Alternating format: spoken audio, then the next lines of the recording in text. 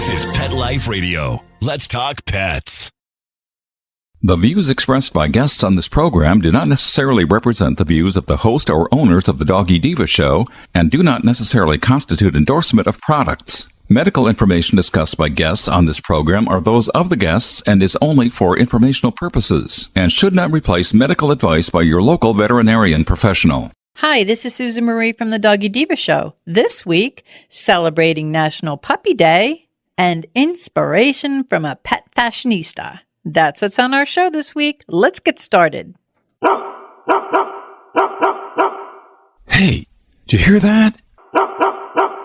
What is that? It's the bark heard round the world. The Doggy Diva show. Here's national award-winning author and animal advocate, Susan Marie.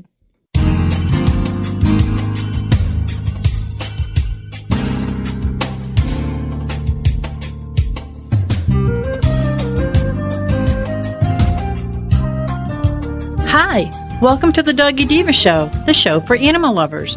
I'm your host, Susan Marie, and as always, I'm joined by my canine co-hosts, the Doggy Divas themselves, Francesca, Coco, and our newest little diva, Miss Olive. Miss Olive is the cute little Italian Greyhound rescue in the picture with the microphone. Thank you for joining us today as we bring the experts in the pet and animal world right to you. Email us at doggydivashow@aol.com. That's DOGGYDIVA show@aol.com. We love hearing from you. So go grab a cup of coffee and your pet's favorite treat, and we'll be back in just a moment. Does your dog itch, scratch, stink, or shed like crazy? Come to Dynavite for help. Order a 90-day supply of Dynavite. Dynavite for life. Pick up 2 tubes of Dogosuds. Get the 3rd tube free. Peppermint, tea tree, lavender, Dogosud shampoo. Made with all-natural coconut, jojoba, aloe. Great for healthy skin and soft, shiny coats. But no itchy, harsh chemicals. Lather up, rinse away. Try Dogosuds. Buy 2, get 1 free. At Dynavite.com. DINOVITE.com. Let's Talk Pets on PetLifeRadio.com.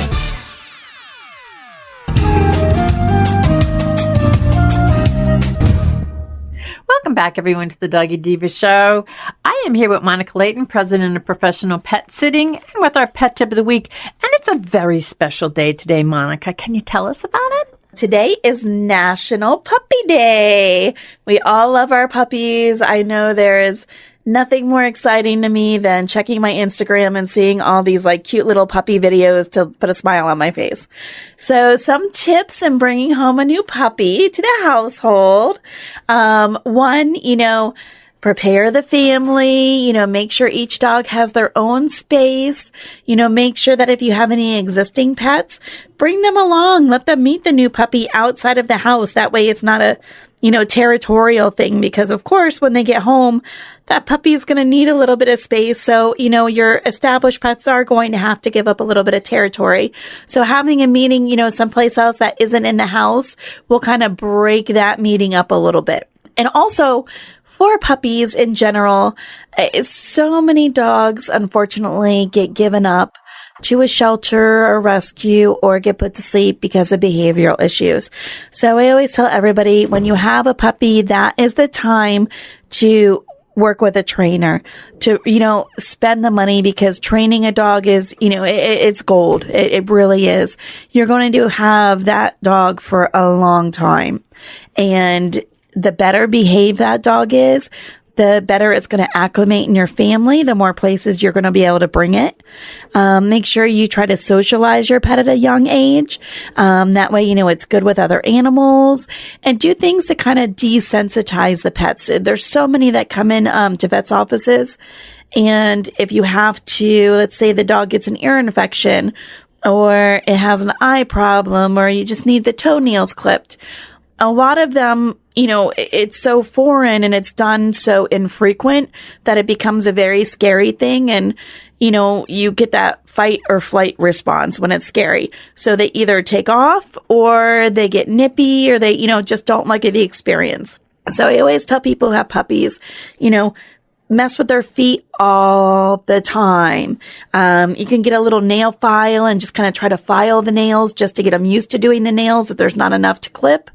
Same thing with the eyes. Rub the eyes, clean the eyes. And even if there is absolutely nothing dirty about the eyes whatsoever, still, take a little piece of cotton and just rub it along the bottom of the eyelid, things of that nature, just as if you were going to clean it off and get them used to it. Lift up their ears and have them used to, if you were going to put something by the ears and put it in the ear canal. Get them used to all those little things that later, if it's foreign to them, they don't, react so harshly. And routines when it comes to pet training, always stay with the same routine if you can, especially with potty training. Same time, all the time, a regular schedule, great positive rewards, special treats that are only given when you're doing training things. And remember, when you do train, a puppy's like a kid. They have a short time frame where they're going to be attentive. So work with them frequently, but in short doses. Don't, I'm going to take this afternoon and, teach Rover to sit. Well, it's probably not going to happen in one afternoon, but maybe 2 to 3 times throughout that day, you spend 10 minutes working with Rover, teaching a command. And there's a lot of great books out there, lots of things that can help people. I personally like the clickers. I use clickers with my guys when we do training stuff, special positive treats, things of that nature. But all of those things combined will make your, puppy experience so much better. It'll make them, just happier pets overall, and they'll acclimate into the family and become a member of the family. Well, it's interesting because I tend to adopt seniors, and I've had a couple of puppies who came into my life as fosters. One's been there 14 years, and the other one, she's going on her 5th birthday. So what I had to learn was to obviously train them. And when you train them early, like you said, Monica, it can change a lot, and they have kind of a short attention span. So if you do it in spurts and like little bite-sized training, it's wonderful, and they learn, and they're great. My ones that I got as puppies did great at learning early. My ones that I got as seniors did great learning when I adopted them. But I'm telling you, to get a puppy, you have to prepare your family, because it's like having a child in the house. They demand a lot of attention, but they are so much fun. So thank you so very much. Thank you. Have a great week. Hello, everyone.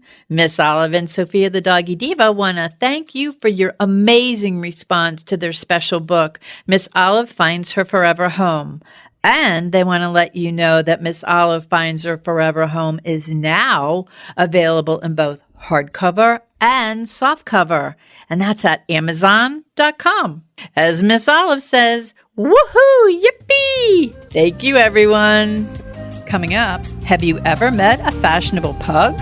You can hear about one next.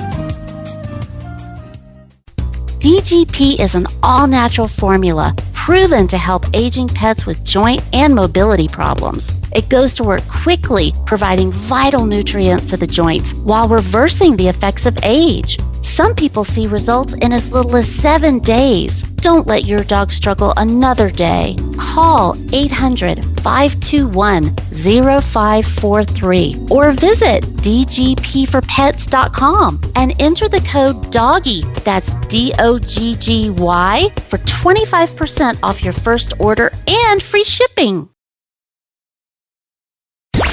Let's talk pets. Let's talk pets On Pet Life Radio. Pet Life Radio. PetLifeRadio.com.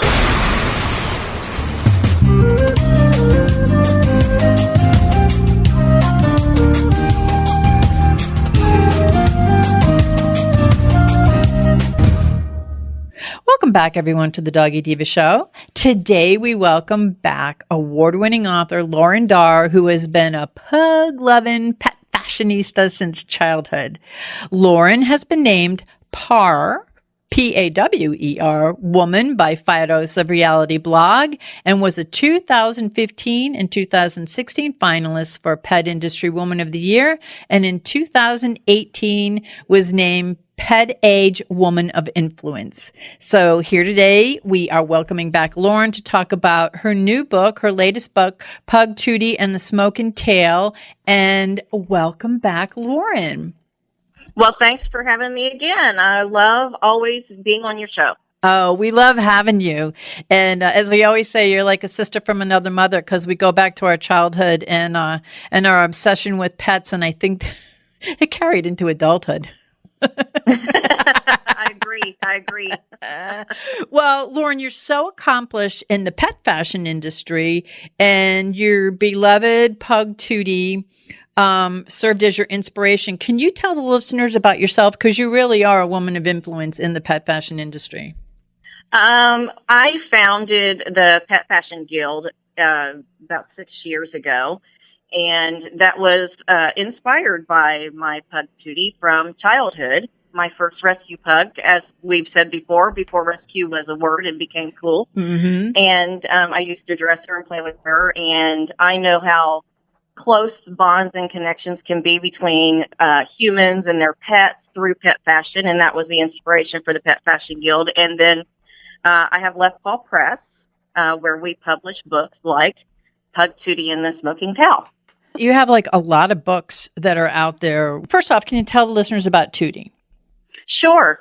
I was probably around 5-ish years old, and we went to get Tootie. She was at my aunt's house, and she worked at a vet as an assistant, and a breeder had just dropped her off and left her.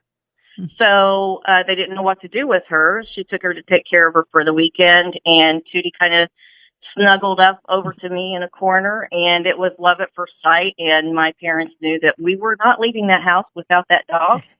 And she was my best friend for many years. She passed away at the age of 15, so many, many years later.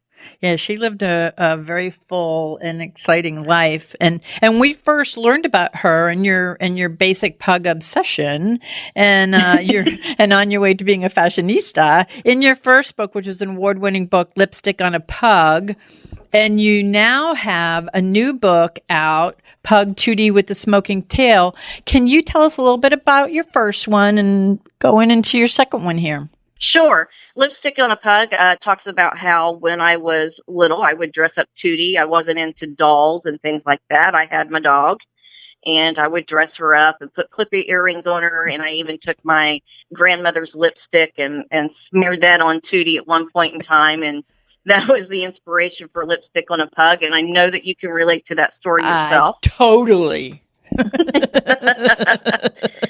And then PugTuttie and the Smoking Tail is a bit later in her life. It was a really funny story. It's one of my funniest fun memories from childhood of Tootie and of my dad. And it goes into how she always liked to go to a heat source, whether it was a sunshine or radiator or whatever. She got a little too close to a fireplace and ended up with a smoking tail as a result. Now, and I have to tell you that this was such a beautiful tribute to your dad in the book. It was a wonderful tribute. And, you could see your dad and the relationship with the dog and with you throughout the book. Can you tell us a little bit about that? My dad is a big part of this book because he's the one that, when we started smelling something funny in the air and didn't know what it was, he's the one that realized that Tootie was smoking and was chasing her around. And is one of those people that, kind of was a laid back, slow, kind of casual fellow. And to see him jump up, running around the house after this dog, it was one of the funniest things I've ever seen in my life. And I will never forget that memory burned into me. So when he was diagnosed with cancer, and he went within just a few months of the diagnosis, but Zachary and I would travel to Indiana on a regular basis to see him.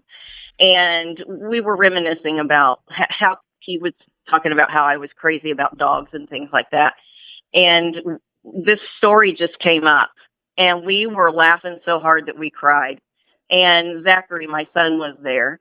And he said, "You have to put that one in a book, Mom. That's one of the best stories." So just him running around the house, chasing after that dog. He said some more choice words than what's in the children's book, but of course, as moms and dads do. So Zachary said, you should do a real version. And I said, I don't think that would pass the children's market. So, but seeing him run around, your illustrator portrayed that with the look on his face and the fact that he was running around. And we've talked about your dad before, and you did say he's kind of a laid back guy, but in this book, he was like, he reminded me of one of those parents that was just like, I got to get to the source. I got to get to the problem. And he was like running, his face was priceless to look at that in the book. So your illustrator did a wonderful job, and you did a fabulous job telling the story. It was really, really cute. I loved it. Oh, well, thank you. And I do love the illustrator that we have. We first encountered him when we did a book, for Zachary. He actually went through the illustrators' portfolios and picked this person out. He goes by Nuno, and he did Zachary's children's books that are based on his racing. And I've just loved his work so much that we've done several books together since then, just because he does such a fantastic job. Well, I do want to talk, speaking of fantastic jobs and books, you did have a book about your current fabulously fashionable pug, Bella, and the belly rubs. Yes. That was so cute, too. I love that. And speaking of Bella, how is Bella doing? She's like Zachary's pit dog, because he's a racer. For those of you that don't know, why don't you tell us a little bit about Zachary? Because that is certainly, he has a story in his own, and he's also an author in his own right. But he's very, very successful. Yeah, he is a race car driver, and he started out in go-karting. Then he went to half-scale NASCAR style cars. And just last year, he started out, and he's in full-size stock cars and in what they call a late model car. So he's a couple steps away from getting into a NASCAR ride, and that fully is his intention. And he did pretty well last year. In his rookie year, he got Sportsman of the Year, and they even voted him most popular driver. Wow. In his rookie year. Didn't make Rookie of the Year, but we are totally okay with that because the other rookie he was competing with had over 22 years experience in a late model. So we thought he did great. Came in fifth in points, and so he came out of the womb just wanting to race, and that's what he's doing. And you guys are great, racing parents. And I always said, when he gets to the Indy 500, I hope he remembers us here. And he you guys also have Bella with you. She comes to some of the races.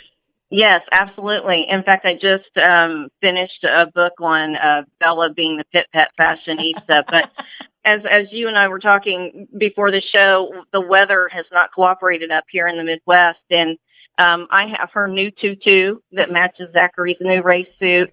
And we're trying to get photos done, and we can't get that done. But she's definitely a race dog. She loves going to the track. Of course, she gets a lot of attention and belly rubs, which is her thing. And that's so funny. And she is a true fashionista. I mean, she's pug. She lives in pug world, but she is a truly fashionable pug. Speaking of fashion, we can't go anywhere without getting into some of the books that you've written. And it's, this is something for those of us who are currently in the pet fashion industry or the pet fashion industry, or who are looking to learn more about it and delve into it. But you have some books. You have the Pet Fashion Industry Patterns, which I absolutely love. And one that every year I get, it's like my Bible for a lot of stuff, which is this year, it's the 2019 Pet Business Marketing Almanac. Can you tell the listeners a little about that? Pet Fashion Industry Patterns is a trend book, not fads like what's cool and hip right now, but trends overall for the long term, so that anyone interested in the pet fashion industry could go to that and seek out different trends for writers. It could be a source for doing magazine articles or something like that, but for pet fashion designers, it could give them some ideas on how to expand their fashion lines so that they can continue to prosper and grow. And then the Pet Fashion Business Almanac that we come out with each year is more of a marketing tool. So that has things like the pet holidays in it, which I know are probably the most popular thing aside from the pet business horoscope that Ellen Zucker does. But it's a tool to help with your day-to-day and month-to-month marketing. And it doesn't necessarily just have to be for pet people or pet industry. A lot of industries could use a lot of the holidays that are in there. I know for myself, we do with Olive is at least 3 times a week we send out her Facebook updates, and we use, this is like what I put it in the beginning of the month, and I have it in my calendar, and I have all of these dates in there just so that I know I refer to it all the time ever since you started this. So I really appreciate it. And in the pet fashion industry patterns, that's like a timeless book because it appeals to just in general the business, the industry, or even if you're just looking to learn more about it. I mean, I think that and the way you have those little like the little pop-ups on the different pages, like there's just little bits of history and little bits of fashion history and little bits of animal history that people learn. Mm-hmm. Yeah, and I wanted in years to come, and that was the reason that it's more overall long-term strategic trends versus a fad that's just happening right now. Absolutely. And that's so important when people are in business or you want to be relevant. You need something that's timeless. So that's very, very important. And when you're out there, when you're trying to be relevant and when you're trying to stay relevant, you need to be calm. So I have to let everybody know about your Dala books. They're so great for relieving stress. I know that I have a ton of them, and my husband had bought me the colored pencils and some other colored, almost like inks that I use. I love them. I bring out a cup of tea. I put on my little classical light music, and the dogs and I sit there and we chill. And I got to tell you, you have a ton of them available now. Yeah, absolutely. We do. It ranges from dogs to owls to the pugs, which Pug Doll was the start of it all, and zebras, unicorns. I know. we cover the alphabet. It's great, and it's you even have ferret. But I mean, it's like there's the pictures themselves are very soothing the way that you go through it, and there's also like a little mantra. I use it for relieving stress. Plus, I've given them out as gifts. I love them, and the people who receive them love them too, because sometimes it's something that you don't think of, adult coloring books, and that's kind of like what it is. And another thing I want to talk about is you have a number of fairy tales. Yes, the Pug Fairy Tale series. Our latest one was Pugnocchio. I know. And and those started out with Zachary years ago when he was little. We would just put the names of our dogs in some rhymes, like Mother Goose rhymes and things like that. And that's kind of how it started out, was just taking these classic fairy tales and adapting them to having pugs in them instead, like Beauty and the Pug or Pugnocchio. For people who have children, I think that that's a wonderful thing, but I think adults love that stuff too. I mean, it's very creative and it's very fun. So what do you have coming up next? I actually have finally finished something I've been working on for over 5 years. Wow. And it will finally go to get published the end of this month, beginning of April. And that's a 7-book set that has the 7 dog groups, and it has over 200 dog breeds. So it has illustrations in the 2 poses that they would teach you in a fashion school to use for when you're illustrating your designs on a dog. And then it has things in there like rating scales on their coat thickness or their size, things like that would help a designer. And then I've written up, I think it's about 46,000 words for the total 7 books. Wow. And I mean, and it's broken down like in toy breed, non-sporting breed, sporting breed. Yes. So, I mean, these are all so relevant to what people are doing if they're, if they need them for pet fashion illustrations, the way the dogs are. I mean, this is like a really cutting edge idea. Yes. And so the write-ups are, what do you need to consider? And it's specific to that breed. like, for example, a pug. And sorry to keep bringing up pugs, but they're what I know. But they're you're like a pug addict. I know. I've got to get a cure for that. I'm a hound addict. But they're broad-chested, and that's one of those things that a designer needs to take into consideration. Or a dachshund, they would be a little bit of a longer dog. So that's something, if you're making a design, you need to consider those kinds of things. So all of the write-ups are very specific to each breed, and each breed has a spread. One side has the illustration, and the other side has the rating scales and the write-up on what to consider. When will these be available? Starting in April. Ooh. The first one, the toy group, will come out, and then we'll release one every month thereafter till they're fully released. I think probably in October, the full set. That's great. And there's 7 of them. So that's really great. And it's very helpful. Again, you're so well established and well recognized in the pet fashion world, as well as, writing some, great books and also very heartwarming and heartfelt books. You do a lot in the pet fashion world that helps to, give people who are either looking to get into the profession or are in the profession kind of like enhancing what they know. So these are like great things from someone who is such a pet fashionista herself. I think if you say pet fashionista, your name pops up. Well, Laurren, as always, it's wonderful having you on. And can you tell the listeners where to go to learn more about you and all of the fabulous books that you have? Sure. For the books, they can go to leftpawpress.com. And for the Pet Fashion Guild, it's petfashionguild.com. And before we get out of here, I want to give you I wish I was there to give you a big hug and a congratulations, but congratulations on being Children's Book of the Year with your book. Oh, thank you so much. Thank you. It was a wonderful event, wonderful evening, and everyone affiliated with it are such good people, and everyone had that same thing in common. It's, the dog and what's going on. It was just a wonderful, wonderful evening. I thank you so much. You're welcome. I cried when I read it, and I totally related to it, and I think everybody should go out and get a copy. And that's Miss Olive Finds Her Forever Home.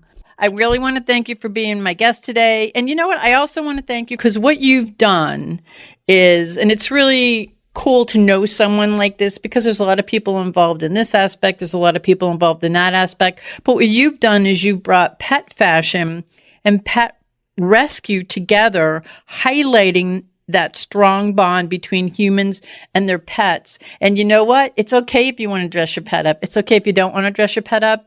It's what you've done is you've sort of brought that all together and made it okay for all of us. And here I am, just like you, dressed my dogs up years ago, and now here I am years later, and I'm looking at Olive. She's in her dress right now with her necklace. So Chuck's laughing, going, yes, she is. So I want to thank you for that, and thank you for all that you've brought to the pet fashion world and to the wonderful books that you write. They're very inspirational. Well, thank you very much. That's my mission accomplished, I guess. Yeah, and we'll have to have you back on to talk about your next series, the 7 series. That's going to be a great one, so I can't wait to see it. Okay, I would love that. Awesome. And I thank you very much for being with us today. Thanks for having me. Okay, thanks. We'll be back in just a minute. Hey everyone, Michelle Fern here. I just want to tell you about a personalized dog food that I discovered called Puppo. What Puppo does is they take personalized nutritional needs for your pooch and prepare food that's specific to your dog. They consider the age of the dog, size, any special needs, any special sensitivities, whether they have allergies to, wheat or corn or soy, their weight, whether they need dietary food, and their flavor preferences, and they create a special dog food just for your dog. How great is this? And we have a special offer so you can try it too. I've tried it with Mr. Z and he loves it, and he is finicky and picky, and he didn't love the super expensive dog food that we were trying, so I thought I need to try Puppo, and I'm so glad I did. Now we have a great offer for you. Just go to puppo.com, that's PUPPO.com/PetLifeRadio, and you will get 14 days of personalized dog food delivered for $9. That's puppo.com/PetLifeRadio, and you'll get 14 days of personalized dog food delivered for $9. Let's talk pets. Let's talk pets On Pet Life Radio. Pet Life PetLifeRadio.com.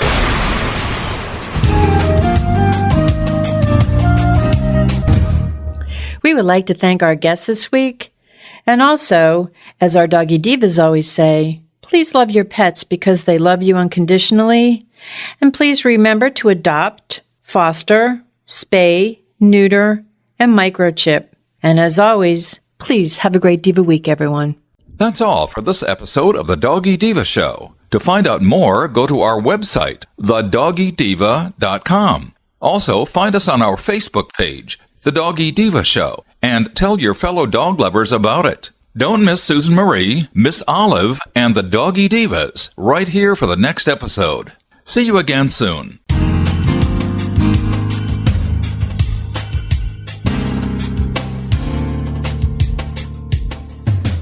Let's Talk Pets, every week on demand, only on PetLifeRadio.com.